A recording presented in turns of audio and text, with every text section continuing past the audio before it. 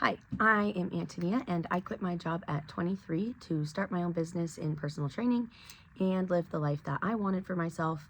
And today I'm going to just talk to you about the steps I took on getting myself to step out there and figure out what I wanted to do.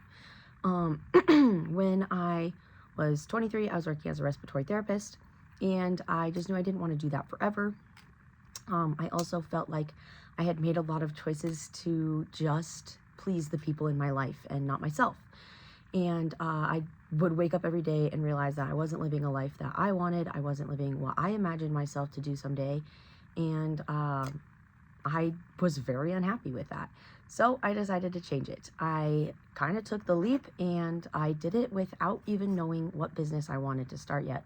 I just knew I always wanted to start a business and work for myself. So with that, I'm going to get in today to just some of the steps I took and to be able to get to that point where I was kind of doing my own thing, starting my own business, and what like mental steps you can take if you're in this place as well.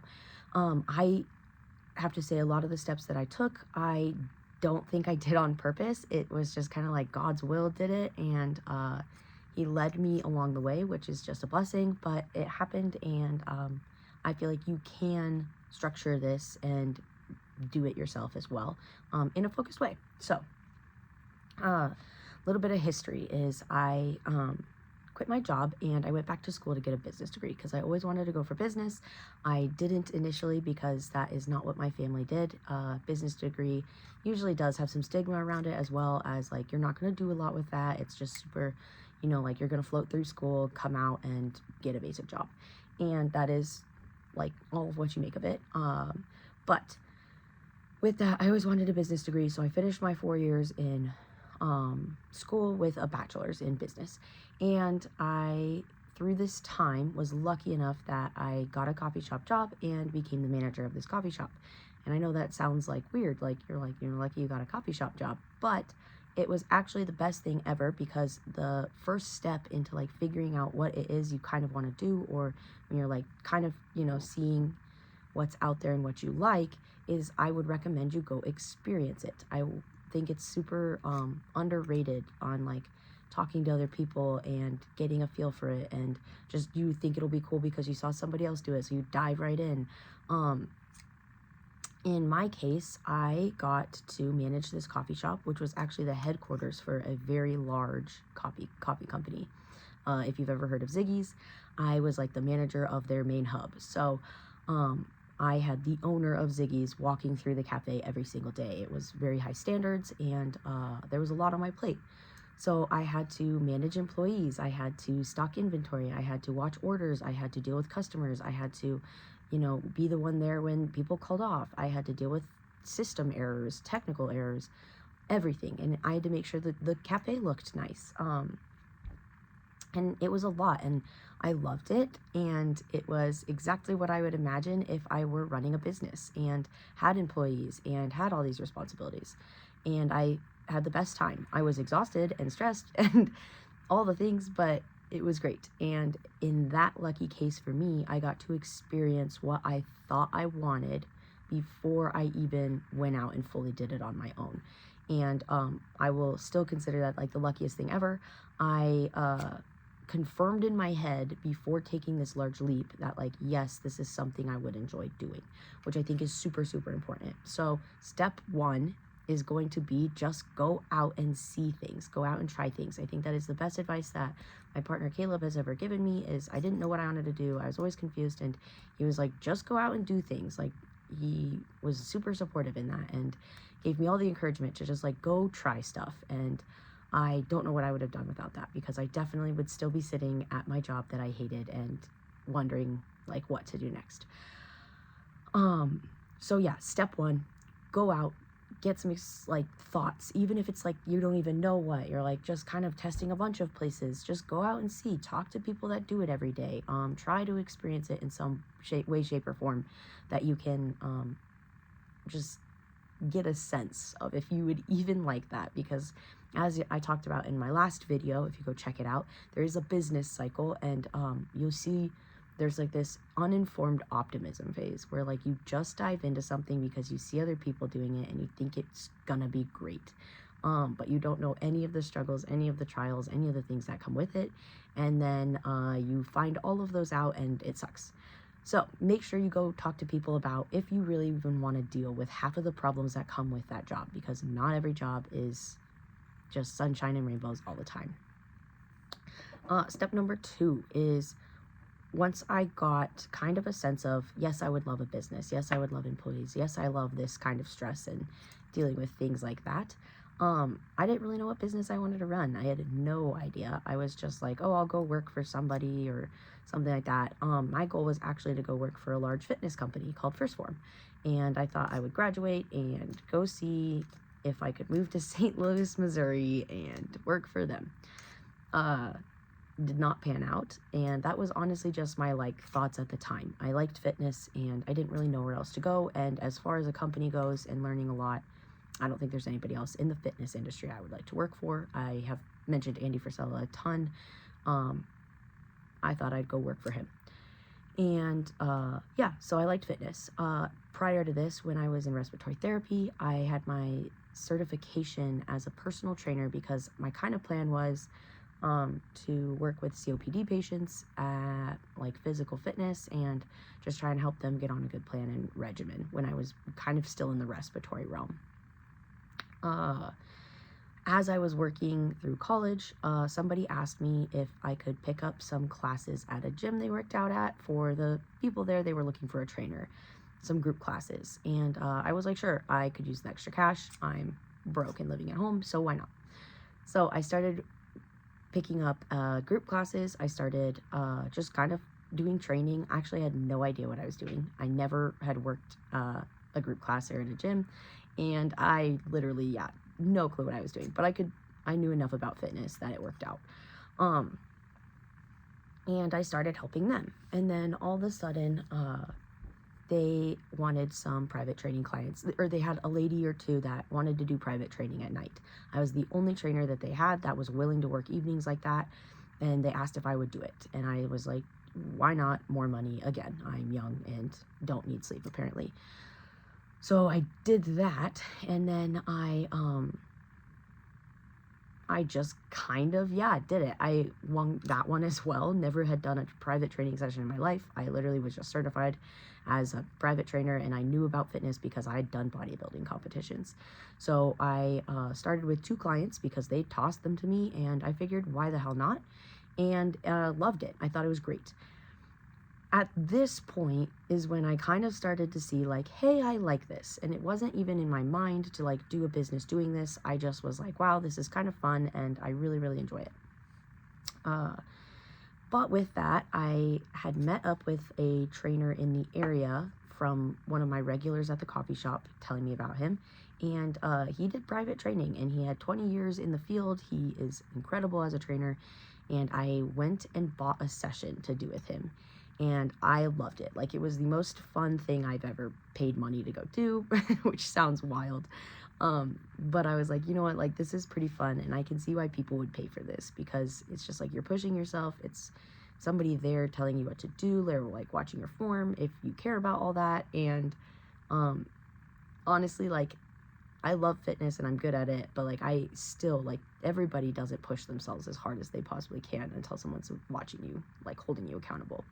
So I asked him if he would help me learn how to do this. Like, I would like to learn how to do this more, and he obviously is, you know, doing all right doing it, so why not? And making more than me at a coffee shop for sure.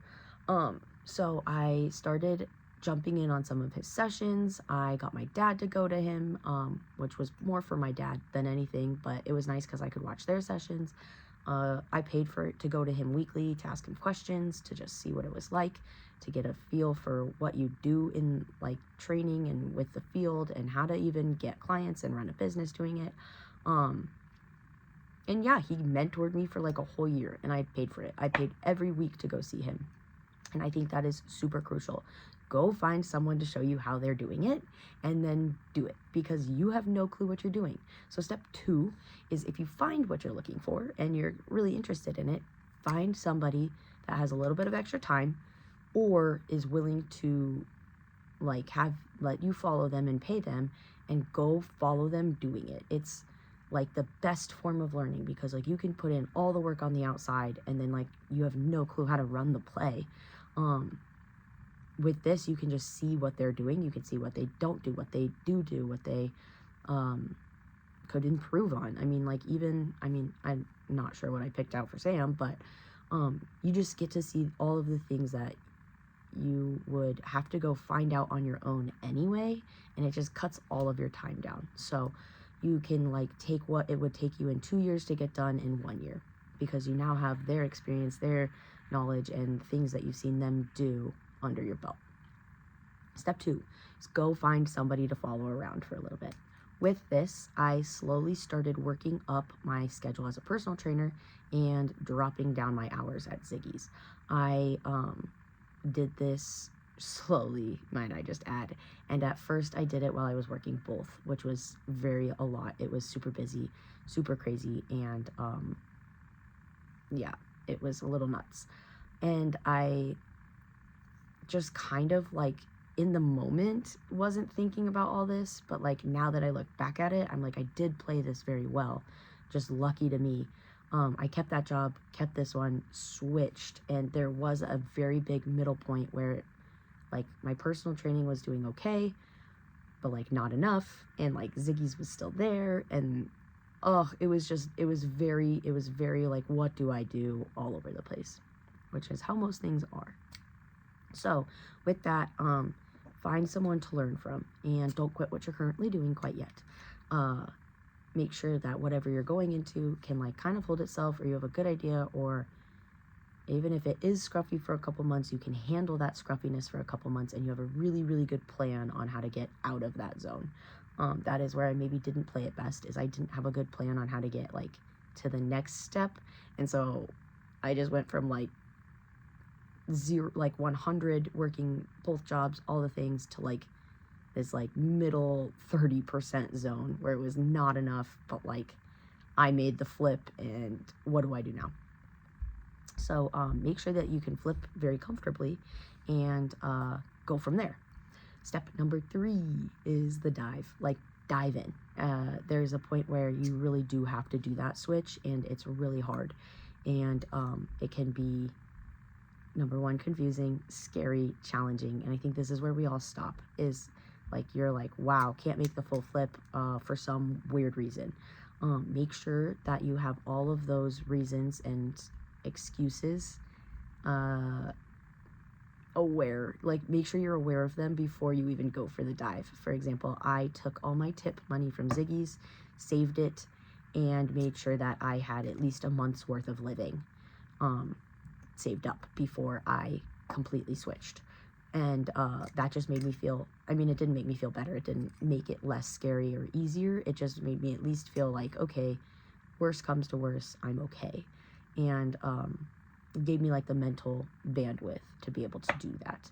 I also took away a lot of stressors. So I know this isn't probably like what everyone can do or what everyone is willing to do, but I live with my parents still, and that's literally like the biggest one for me, is I don't have to worry about rent. I personal train with my mom, and I was paying them rent, but like at the end of the day, if I don't pay my parents rent, I know I'm not having someone come evict me, and hopefully they'll just forgive me for it later.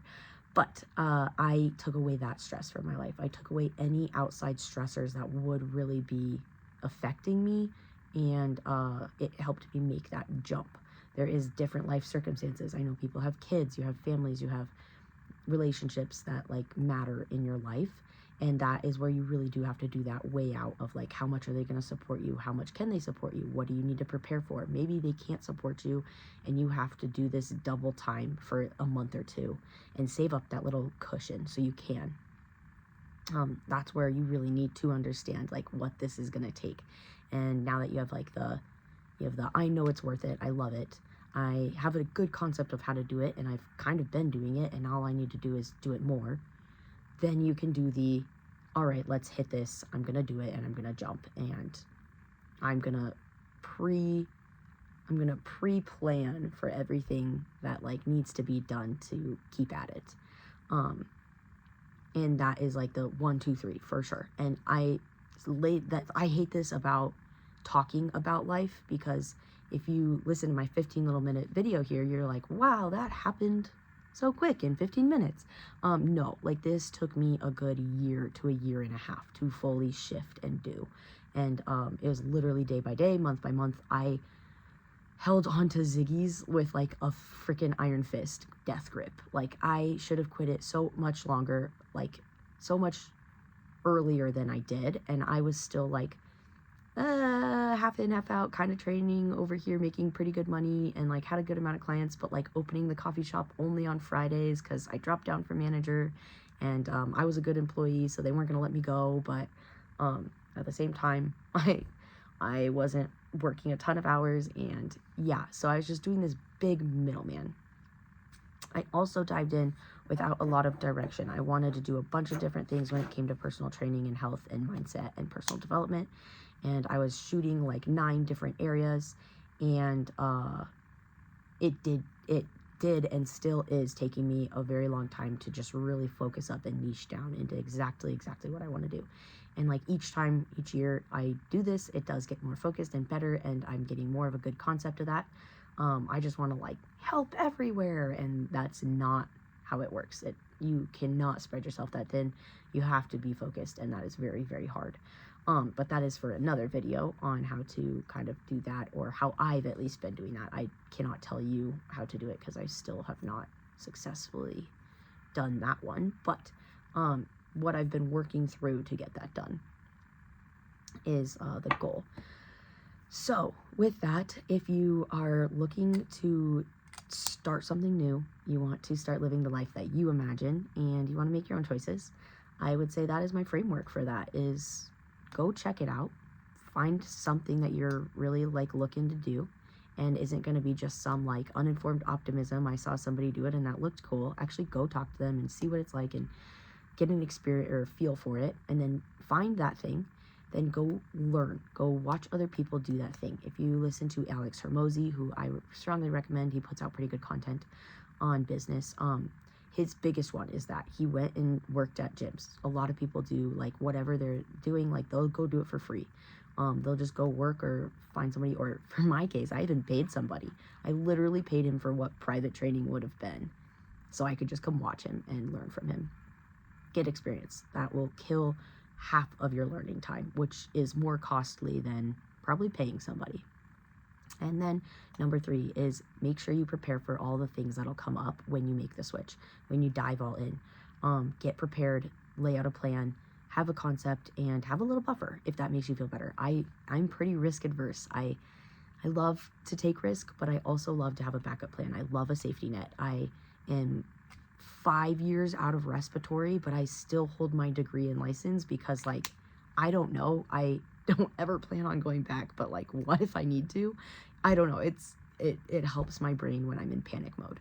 So I do have my safety nets, and I don't think they're a bad thing. I know a lot of people are like, burn the boats, go all in. And in a way you do. Like, you have to consider this like last option. This is what I want to do. I'm going all in, no matter what. But like, you can do that in a more mentally pleasing way than just putting yourself into sheer panic. And make sure the people around you are willing to support you through it. Make sure if they're not, you can maybe do something so that they don't have to. Like I said, I live with my parents, so you know, I'm not hindering anybody else's life by taking a huge risk on mine currently. And I think that's my biggest thing, is I really care to not impact. I don't want what my risks are to affect anything else or affect somebody else or hold anybody back in my life. I pay my parents' rent. I work out with my mom as our rent a lot, and that's my give back. So make sure whatever it is you're not, sometimes there is a case where like, yes, you will hold somebody back, but like they're okay with that and they're going to do that with you. But like, there's also ways to plan that you don't have to, and like, it shouldn't be a reason why you're not going out and doing what you want to do, or like crushing your dreams. It just might take you longer, which is so hard to accept. But that doesn't mean you can't do it. If, let's say you have kids and a family now, You don't have the time resource that I have or somebody who doesn't have kids has. So yes, it might take you now 2 years to get something done that it would take somebody like me a year to get done. That just sucks. But is that really a reason to not do it? Like, are you, like, so what? Like, that's, I think, a big one too, is like people who say like, oh, I just have the fat gene, I just, you know, can eat whatever and I gain weight. So what? Does that mean it just automatically exempts you from like wanting to be healthy or move or be active or live a better life? Like, no, that doesn't, that's just something you got to deal with now. So like, if something like that is going to stop you, then like you haven't found it yet. Keep looking, keep going, and don't quit looking. Just make sure whatever you're looking for is like the all-in thing, and then go from there. So close out, last time I'm going to say this is 3 steps to finally going into whatever that choice is that's going to change your life. And that is, go experience some stuff, find what you like. Number 2 is go follow somebody around, even if it's for free or you have to pay them. Get experience, see what all the stuff is like, all the good, all the bad. And then number 3 is go for it, but make it smart if it helps your brain, and strategically plan for all the excuses you have so that you're ready for them and you can still hit the gas and go even under stress, and you're not gonna turn around and regret it. So that is my video today. I look forward to the next one. Actually, can't believe I just said that. I'm getting better at these, and I'm on my 30-day spurt of videos in a row, and I'm actually kind of starting to enjoy it. So that is what I've learned so far. Those are my 3 steps that I think God just sent me through naturally, and now just looking back on it, I've realized were pretty helpful in getting me to get my ass in gear and get out there and do it. I hope you get out there and do it as well. If you would like more, just keep following along. Please hit subscribe. And yeah, we'll see what's next. I'll talk to you guys tomorrow.